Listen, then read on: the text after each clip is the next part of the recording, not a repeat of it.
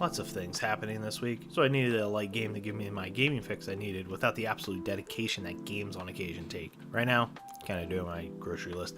Anyway, I like spelling games. I even bought a board game titled Paperback because I like spelling and deck builders.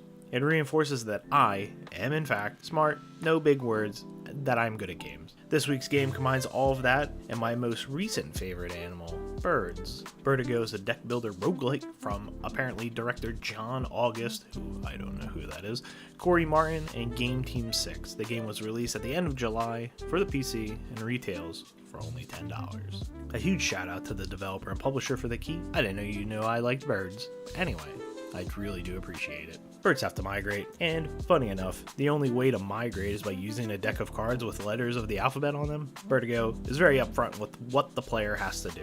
Make it to the end of the migration path.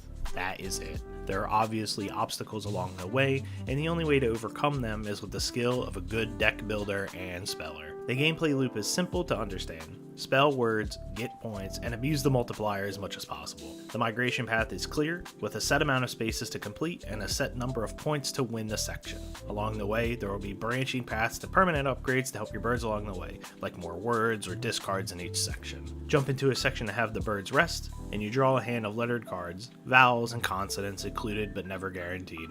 Points needed to complete the level are at the top right, and at the bottom are how many words you have to achieve those points and the remaining discards. Scoring points is relative to the word length, flaps are just regular points, and power is reserved for the multiplier. Spell a 3-letter word, then the initial flaps are 3, and the power otherwise is still 1. There are different tiers of cards, like speckled, gold, and platinum, and diamond, that apply more flaps to give the player an edge in the early rounds. The more you spell throughout the session, the more multiplier you will get respectively. Enjoy 4-letter words, then keep spelling them. The currency, or seeds, are reserved for when you complete a level in fewer words than the target number. Shops are located with a little shop icon on the migration path, and the quirky little bird that runs the store has a lot to offer. Feathers are passive ability cards like plus power for playing a word of a certain length, increase flaps for using N, E, W, or S to start a word, and a boost for each card gained, gold, or whatever.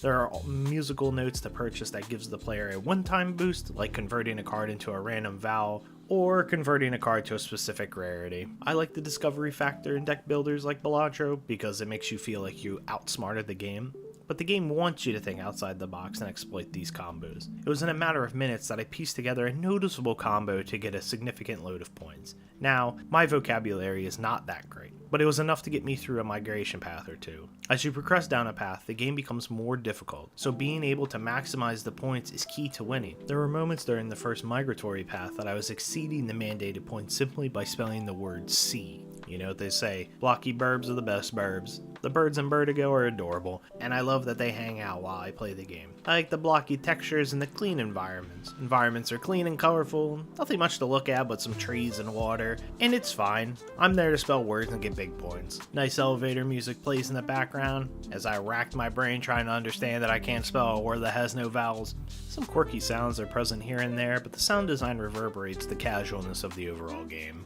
I'm gonna be real honest with you. I have about 7 hours in this bird-themed spelling game, and I really enjoy it. The overall gameplay loop is more than enough to keep me coming back for more, even though it is a little difficult. I like the birds dancing in the background as I spell words a 4th grader could spell. I like the ability to rack up massive points by spelling the word jobs. I like that the seagull runs the shop, and I love how accessible the game is for those who do not play video games. The only thing I don't like is that picking cards can be a little finicky sometimes, resulting in lost words or misspellings. And sometimes the game can just get a little too difficult with its point system, forcing you to kind of just take a look and go, maybe I won't be able to do this, and kind of just reset the run, which isn't really that fun. Also, it's kind of a really good Steam Deck game.